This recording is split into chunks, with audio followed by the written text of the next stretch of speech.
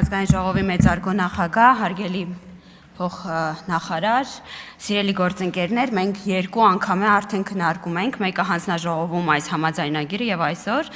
եւ հարցեր են հնչում, որոնք մեղմ ասած ինձ մոտ տարակուսանք են առաջացնում։ Պարոն Մինասյանը հարցնում է, հետաքրքրվում է, արդյոք առանց այս համաձայնագրի մենք կարող էինք որևէ առաքելության մաս լինել։ Պարոն Մինասյան, ես պատկերացնում եմ մի սցենար, որի պարագայում մենք որոշում ենք, մենք կառավարություն նկատի ունեմ, գործող իշխանության Հայաստանը մաս դառնալ Եվրամիության որոշ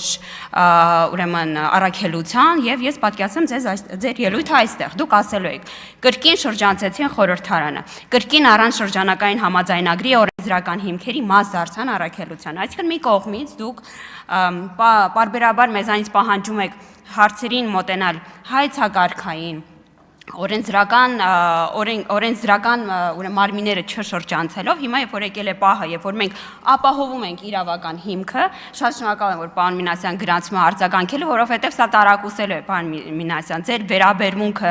օրենսդիր մարմնին այս անհետևողականությունը ինձ իսկապես զարմացնում է Հայաստանի Հանրապետությունը այսօր վավերացնելու է մի համաձայնագիր որով մաս է դառնալու մի կարևոր նախաձեռնության որն ապահովում է անվտանգությունը ոչ միայն իդեպ ռազմական, այն նաև քաղաքացիական, օրինակ ջրհեղեղներից պաշտպանողական կամ հետ ջրհեղեղային շրջաններում իրենց առաքելությունը կատարելու եւ Հայաստանի Հանրապետությունը ցած մեծ բան է ձեռք բերելու։ Հայաստանի Հանրապետությունը գիտելիք եւ փորձառություն է ձեռք բերելու, որովհետեւ այս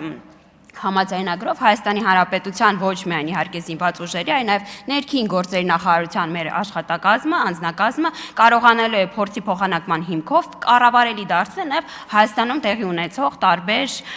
բնական երևույթները։ Դրա համար ես կարծում եմ, որ սա կարևոր համաձայնագիր է, այն իմաստով, որ նախ չի շրջանցվում խորհրդարանը, մենք ունենալու ենք շրջանակային օրենսդրություն, որի սահմաններում Հայաստանի Հանրապետությունը գործելու է։ Ես եմ շնորհակալ։ Չմոռանաք հավանել տեսանյութը եւ բաժանորդագրվել Civic AM-ի YouTube-յան էջին։